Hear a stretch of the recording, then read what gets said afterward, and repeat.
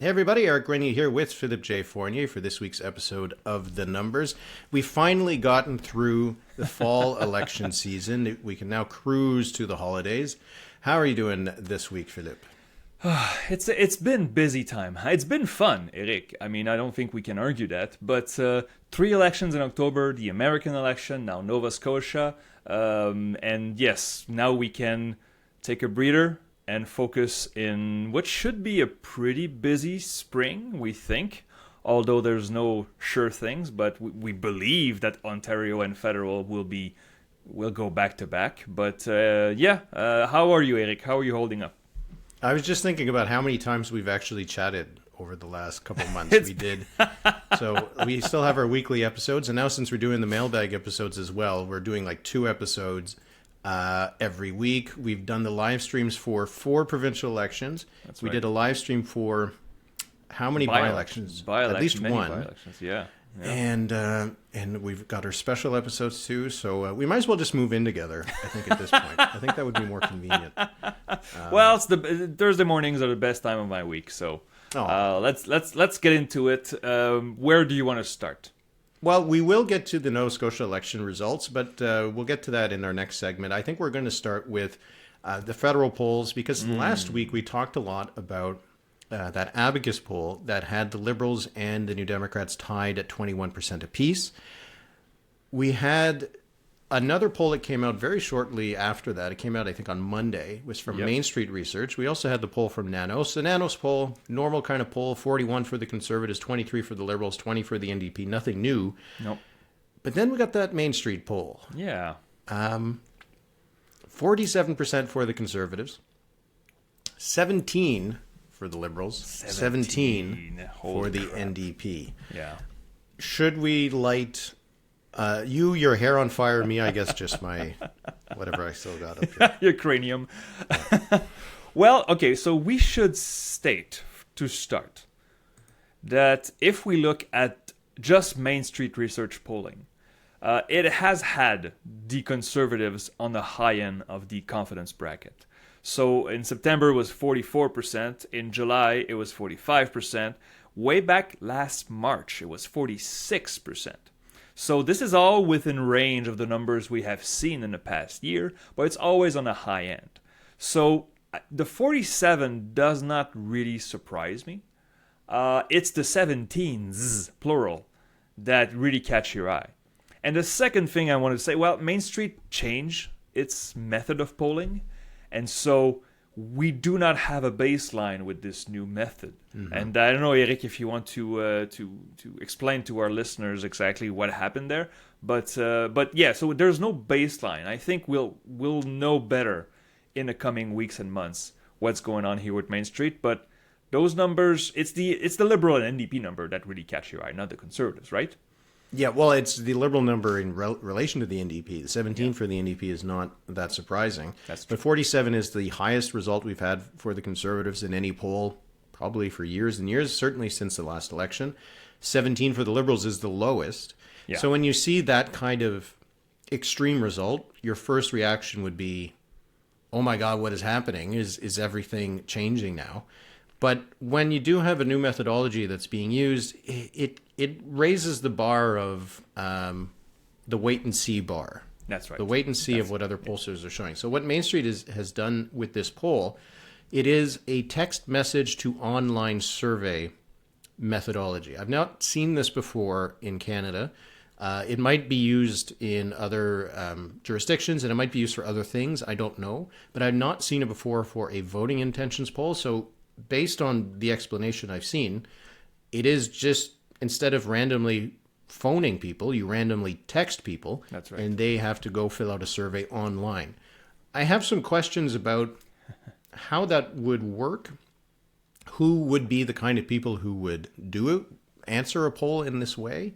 I don't know about you, but if anybody's sending me a link from a number I've never seen before, I ain't clicking that link. Yeah. So I don't know. Maybe there's more to it than this, the based on what we've seen. The results aren't completely out of step. There were some a bit more extreme results, I'd say, in some of the regional numbers. Yeah. They used the same methodology in Nova Scotia. We'll get to that later. it did okay. Yeah. It underscored the Liberals by quite a bit, which I think is relevant considering that in this poll we see the Liberals so low. That's right. But it just kind of raises the bar in terms of what we'll be looking for in future polls to see if this is a one-off, if this is a methodological thing, an outlier, or if this is part of a new trend that we might see from some other pollsters. I will say this, though. The text-to-online survey has been used, but not for publication. It has been used because the cost is so low for pollsters. It's such a great method. You just send a bunch of text to a bunch of numbers, and it gives you a unique link, and then you answer the questions. And so you have the survey itself, there's nothing wrong with it. You click on the link, it opens a page, bunch of questions, there's a visual element to it. And I've heard this from online pollsters for quite a while, that online polls are superior to phone polls, not because of the way you reach people, but you can show a picture, you can show a logo, you can show colors. People can read the question, and instead of having somebody or a machine read it to you, right? And we know sometimes I've answered phone polls. They ask questions, and then press 1 for this, and press 2 for this, and press 3 for this. And when they say press 6, I don't even remember the question. So to have the visual in front of you helps. Now, reaching people by text message, fantastic idea to reduce cost. But as you said, I have my mother is a widow, and the number of junk texts that I get on my phone, oh, look, you have your account at BMO, it will close if you don't click on this. Like, I don't have an account on BMO. This is a scam, basically. And so legitimate texts that are sent with a link will be drowned out by scams. And that's a big problem. And I don't have the numbers in front of me. Of course, Main Street did not confirm this, but I know I asked other pollsters. And when you send a text, basically the response rate is less than 1%. So, whereas with phone polling or IVR, usually it's between 5 and 10%. I mean, it varies from season to season, depending on where you are, but to less than 1% response rate, I guess it's a problem. But maybe it's the way of the future, because we've said many times, maybe IVR and phone polling is not the way of the future. Fewer people answer their phones, period. So it's interesting. I commend people who try stuff, and you have to test stuff. But it was risky from Main Street to just go into this new methodology right into Nova Scotia. Again, we'll talk about this, but we'll see where it goes. But that 47% for the Conservatives, I mean, how many seats would that be? That would be 250, 260. Yeah, it would be quite a lot of seats. It depends on where that vote is. Yeah. If they're still not very high in Quebec, if they're not cresting over 50% in Ontario. It was a 30-point lead in Ontario, right? If Main Street had the regionals are paywalled, so we won't get into this, but it was a 30-point lead in Ontario for the Conservatives. That would be 100 seats in Ontario. So we're talking. I mean, we're already in blowout territory with a 20 to 22-point lead. So, with numbers from Abacus and such. This is a 30-point lead. Now we're getting close to Diefenbaker numbers. I don't even think. I mean, yeah, in terms of the number of seats, but a 30-point gap between first and second in the vote. I've never seen that, right? Because when Diefenbaker and Mulrooney both just got over 50%. The other parties weren't at 20, right? They were still a little bit more popular than that. So this would be quite a landslide. Yeah. And it is another poll, and we have to say it. It's another poll that has the NDP and the Liberals tied. Now, are the Liberals really at 17%? Who knows? But you could also make the argument, is the NDP really at 17% either, right? Because in Nanos, they're at 20, and the Abacus from last week, they're at 21. Again, we talked about it a few months ago, I think, but because the Liberal number has dropped so low, we're going to frequently see polls that have the NDP and the Liberals tied.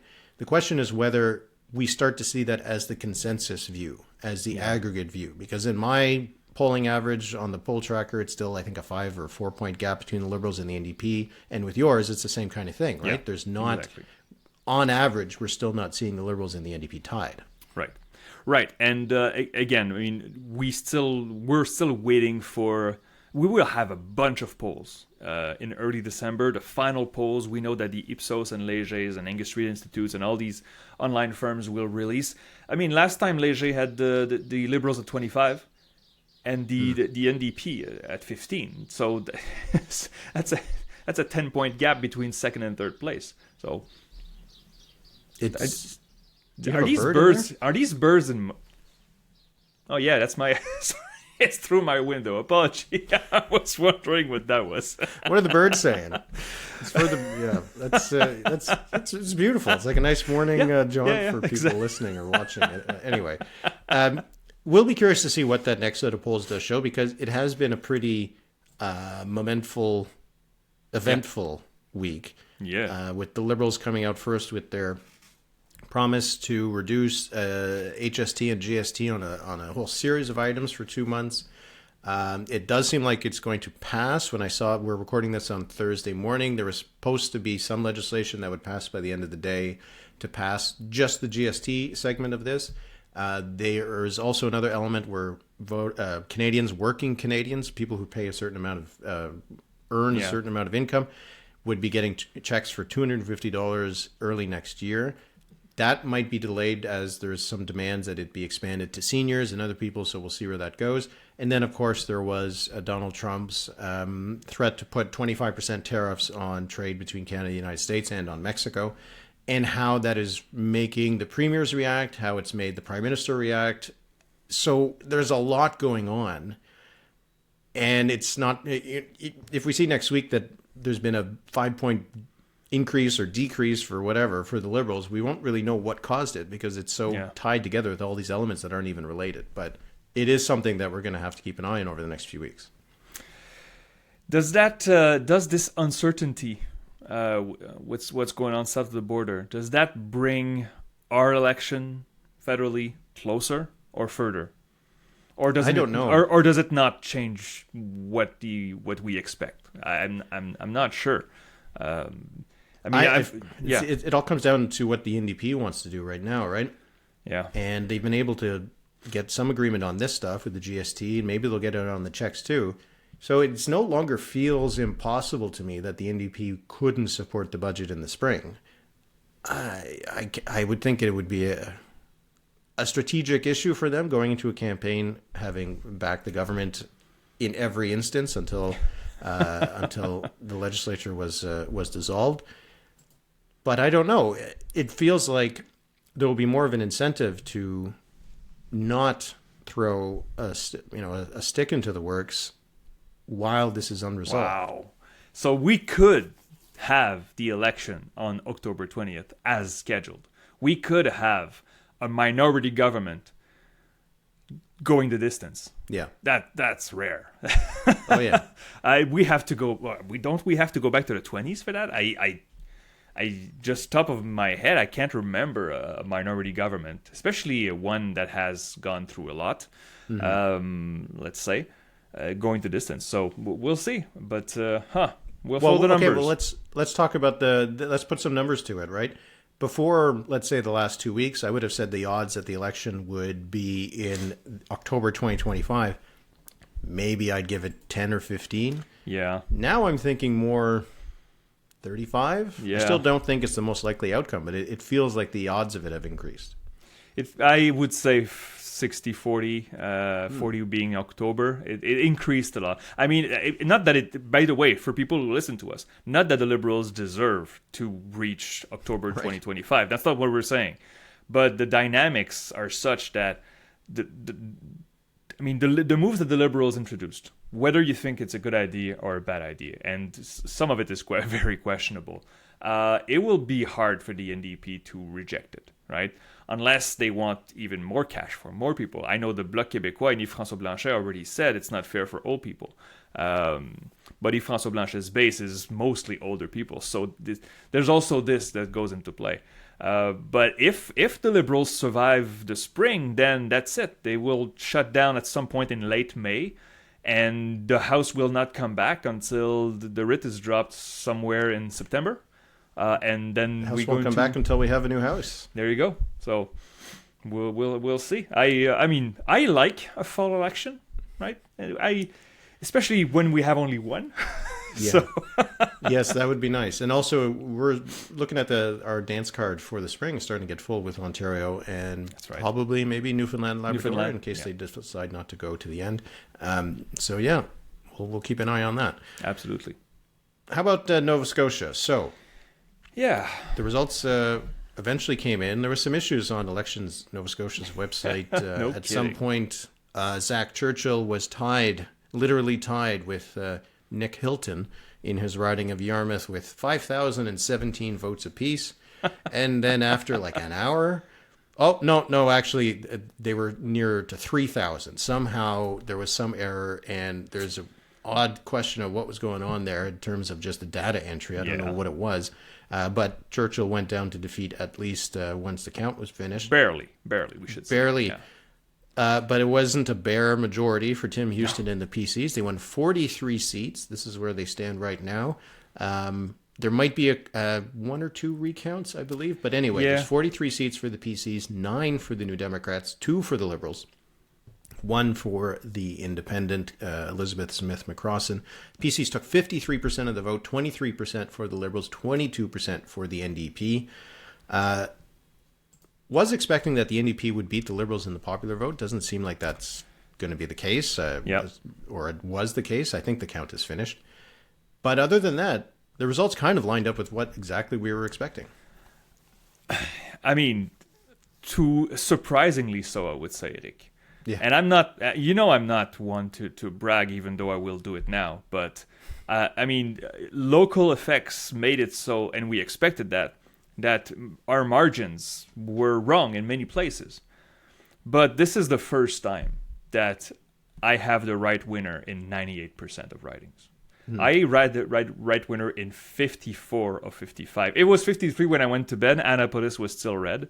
And it flipped, I think it's 7 votes. I think there will be a recount automatically there. So, but if it stands like this, the winners, I had 44 for the PCs and 8 for the NDP.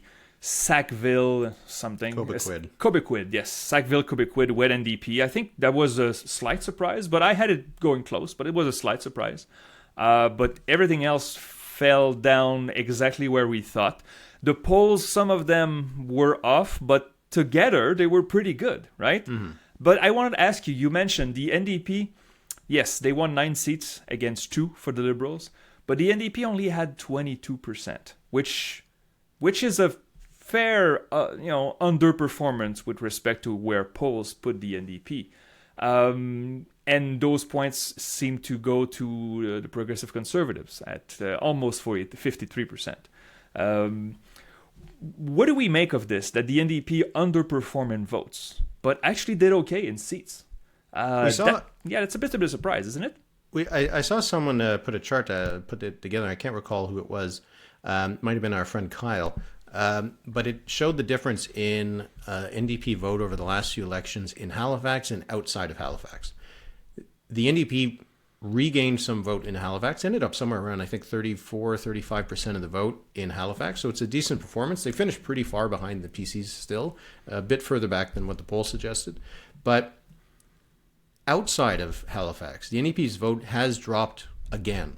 Wow. And I think that's what we saw here. And is probably why the polls underestimated or overestimated the New Democrats, is that in Halifax, they more or less met the amount of vote they were supposed to get. I think the PCs overperformed a bit. But the NDP got its vote out in Halifax. But where it wasn't in contention, in the rural mainland, their vote just tanked. They didn't have any vote either on Cape Breton. So we see from the NDP this move that we've seen in some other provinces as well, that the vote is getting increasingly urbanized, and the party's less competitive outside of the urban centers. And that's why the PC's got something like, 60% or more outside on the rural mainland of Nova Scotia. They won every single seat except for the independent, who is also a conservative. Yeah. And I was wondering, we always try to find trends, and sometimes, there's just noise, but it reminded me a bit of the by-elections that we had in the past 2 years. Remember, Eric, when we said, if the NDP is not in it, the NDP vote will not match the numbers. Mm-hmm. So basically, NDP voters, a fraction of them, will not be motivated to go to the polls if they're sure that they're going to lose. So, because as you said, the NDP did okay in this election. They're the official opposition to it, but 22% is an underperformance. It's barely over what they had for 3.5 years ago. And so I think their narrative going into this election was that the Liberals would tank and would be in trouble like many Western Liberal parties.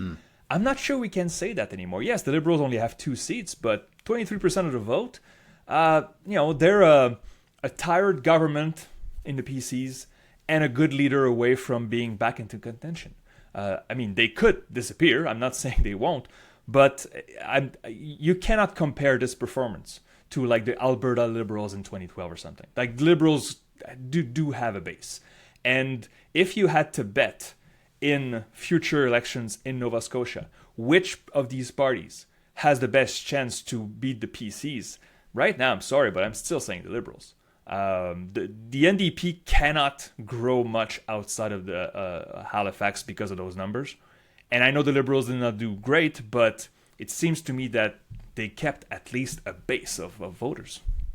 Well, you look at the map, and the Liberals were in second place throughout most of the rural mainland and a lot of the suburbs.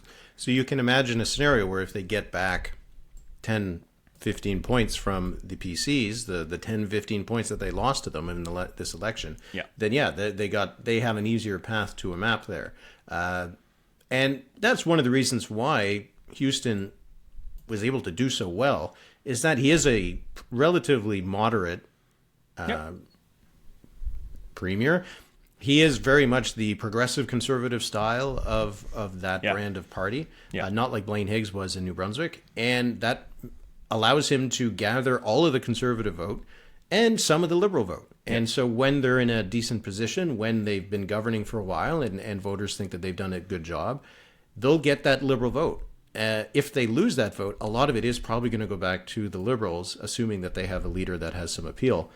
I mean, there was some talk of Scott Bryson coming back. A red Tory like him might be the kind of guy who gets back some of that PC vote. But it was you have to give a lot of credit to Houston and the PCs. Oh, yeah.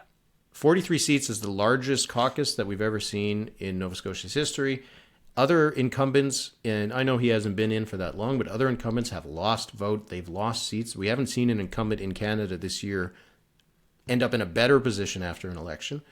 So it's a strong performance for them. And for the Liberals, you do say how this isn't the end for them. They could have ended up with 4 seats if just a couple dozen votes went their ways in certain ridings.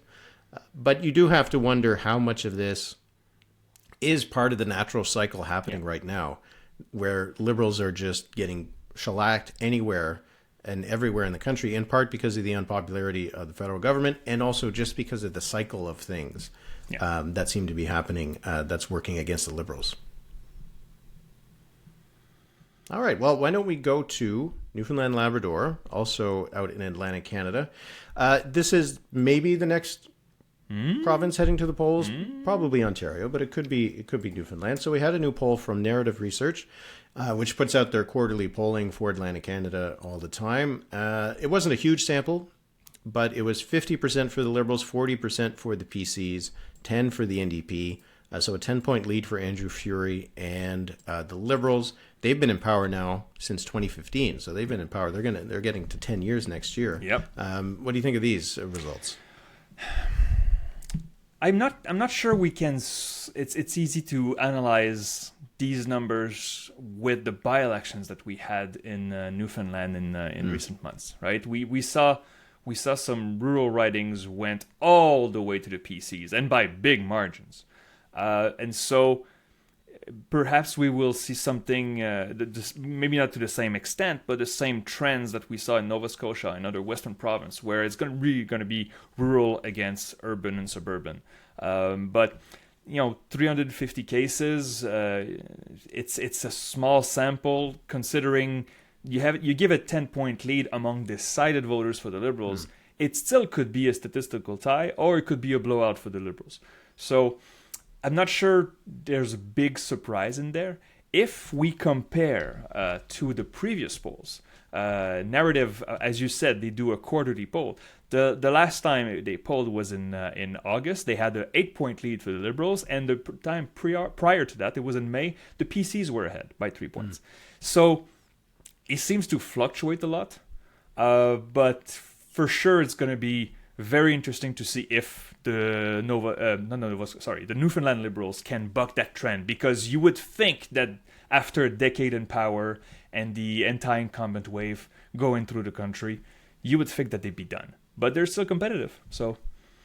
Yeah, that's more what I'm interested with, rather than these numbers themselves, is that you have Andrew Furey, who has to go to the polls within the next year. Yeah.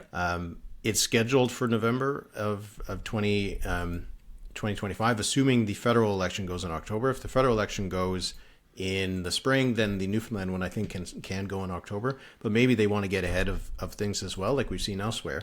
But I don't know if you're Andrew Furey, if you can look at the results in New Brunswick and you can look at the results in Nova Scotia and learn a lot from them, right? Because you have one incumbent who was there for a while, less popular than I'd say Andrew Furey is, gets beaten by a Liberal. So the Liberal brand's still able to win elections in Atlantic Canada. And then you have in Nova Scotia an incumbent who might be as popular as Furey, wins pretty easily, and the Liberal brand gets beaten around the head. So I don't know for Andrew Furey if they can look at those results and take anything from them, because there's an argument either way, that there's an argument that it's going to go badly for them, an argument that it's going to go well for them. So I think that they see a poll like this that still has them ahead, and even if they're tied, if it's not as comfortable a lead as this, at least they can feel like they are competitive and they're in it. They're not on track for a beating like Zach Churchill and the Liberals got in Nova Scotia. Yeah, that's true. And also, the NDP is not that strong.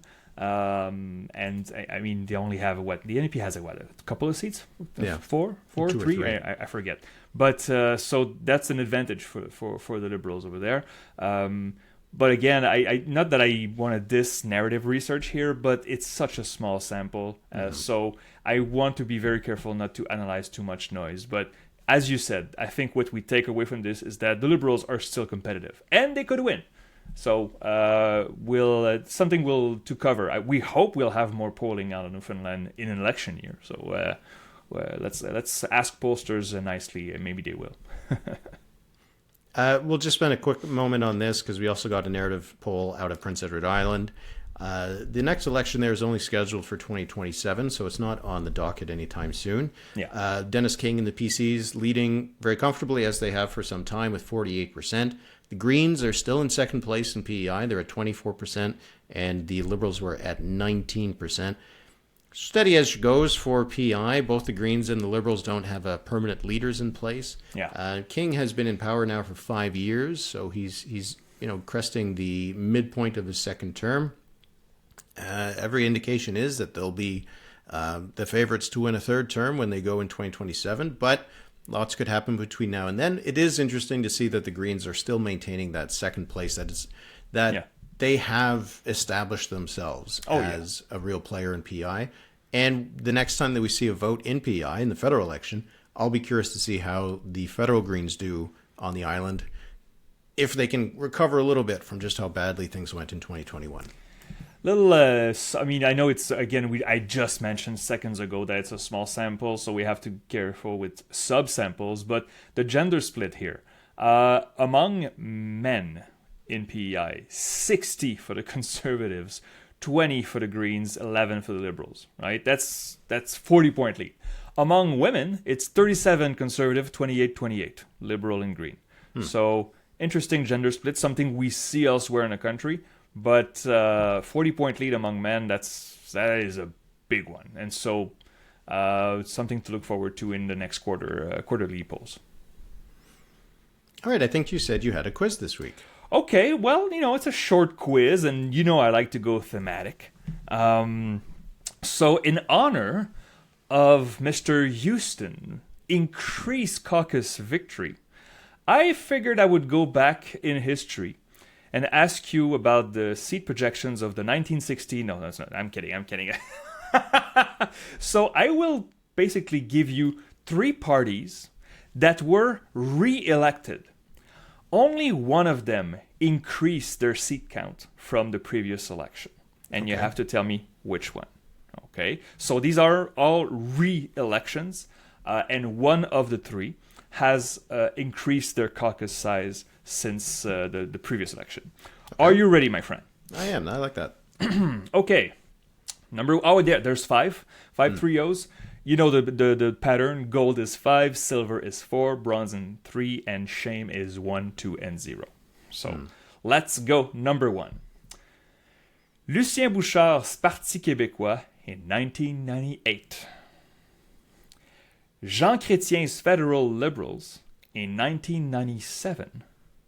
And John Buchanan's Nova Scotia PCs in 1981. Which of these were re-elected with an increased caucus size?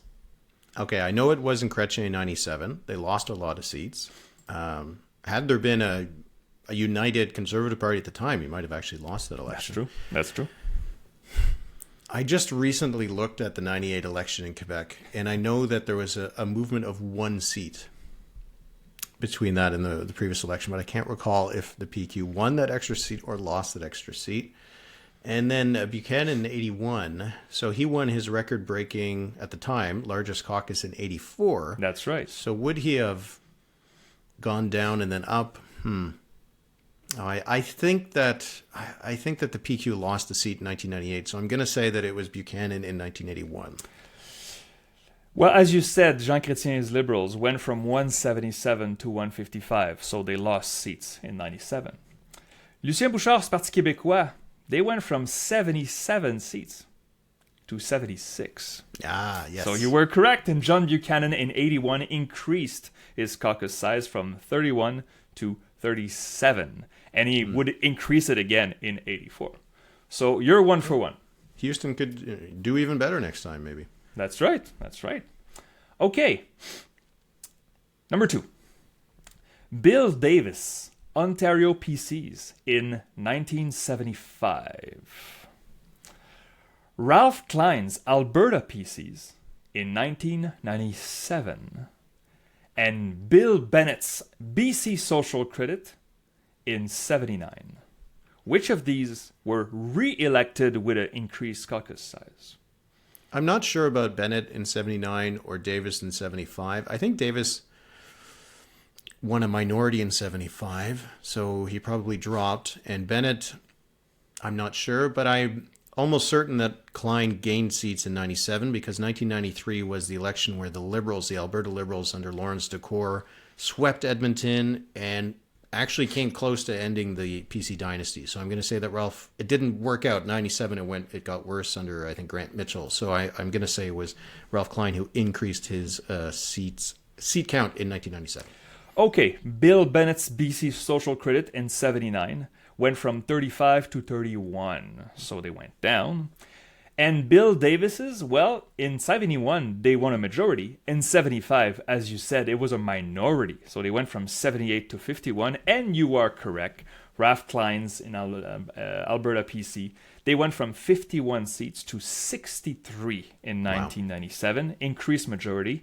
You are 2 for 2. Okay, you're doing well, or this is too easy. Well, we'll see. We'll see this one. I like this one. Okay, number 3. Maurice Duplessis' Union Nationale in 1952. That was a second majority in a row. Richard Hatfield's New Brunswick PCs in 82. And Tommy Douglas, Saskatchewan NDP in 56. That was the 4th straight majority for Tommy Douglas. Which of these parties increase their caucus size? I really don't have much of a clue. For either Douglas, I can't think of what was going on. What was the first one? Maurice Duplessis in 52. So he won. I'm not sure. Yeah. I think that the memory that I am having is that Richard Hatfield did do well in 82, despite everything that was happening and how the fact that the next election they'd go down to 0 seats, I think they did well in 82. So I'm going to say that it was Richard Hadfield and the New Brunswick PCs who increased their seat count in that election. Okay, Maurice Duplessis, Union Nationale, in 52. They went from 82 seats to 68. The 82 seat was just a blowout in 48, right? Tommy Douglas, in its fourth majority, went from 42 seats to 36 in Saskatchewan. And so you are correct that Mr. Hatfields in New Brunswick, in 82, they increased from 30 to 39. Okay, I thought this would be a hard quiz, but I guess you just rocked this. 3 for 3, you've locked up bronze. Good job. Oof. Can you go for gold? All right, 2 more. That was a bit of a pull, though. That was a bit of a pull. Okay, number 4. Mike Harris, Ontario PCs, in 1999. Edward Schreier's Manitoba NDP in 1973. How well do you know your Manitoba map from the 70s? And Ralph Klein's Alberta PC in 93. You mentioned it a moment ago. So, Okay, well then, I know that they lost in 93, so it's not them. they lost seats, you mean? Yeah, they lost seats in 1993. Mike Harris in 99. Yeah, Harris in 99, and what was the third one? Edward Schreier's Oh, yeah. Manitoba NDP in 73. I have no idea. It's either one of those two. Some reason I'm thinking that Harris did gain seats in 99, so I'm going to say it was Mike Harris in 1999.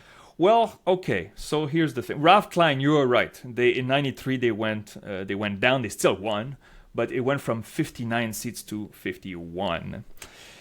Mike Harris, Ontario PCs, funny thing happened. They lost seats in that election, but they also reduced the amount of MPPs, right? So they went from 82 seats to 59. And the right answer was Edward Schreier's Manitoba NDP in 73, re-elected with an increased majority from 28 seats to 31. Okay, so you're going for silver.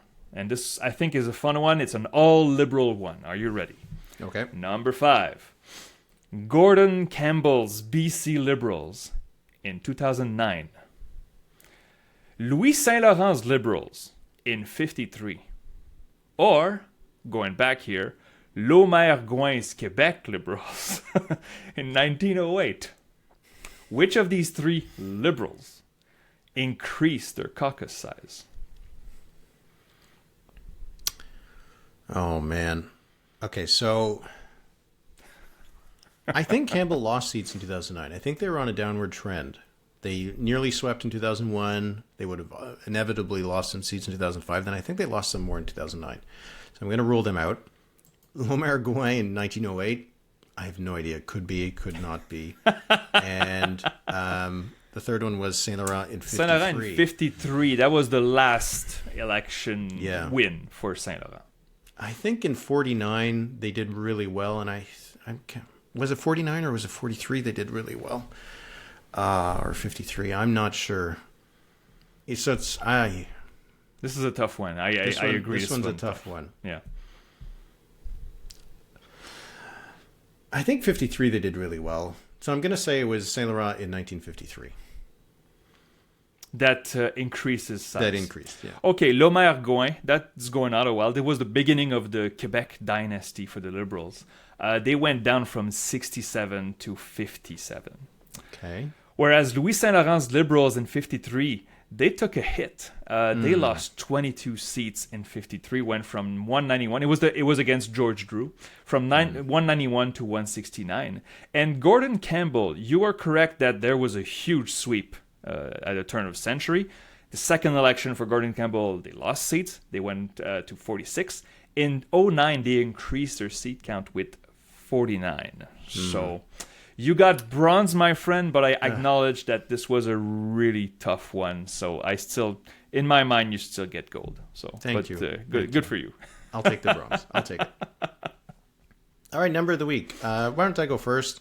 I've already mentioned it, but I think it's important just to highlight it as the number of the week, and that is 43. That's the number of seats won by Tim Houston's PCs. As I mentioned, it's the largest caucus in the history of Nova Scotia. It's not the largest in terms of its share of seats.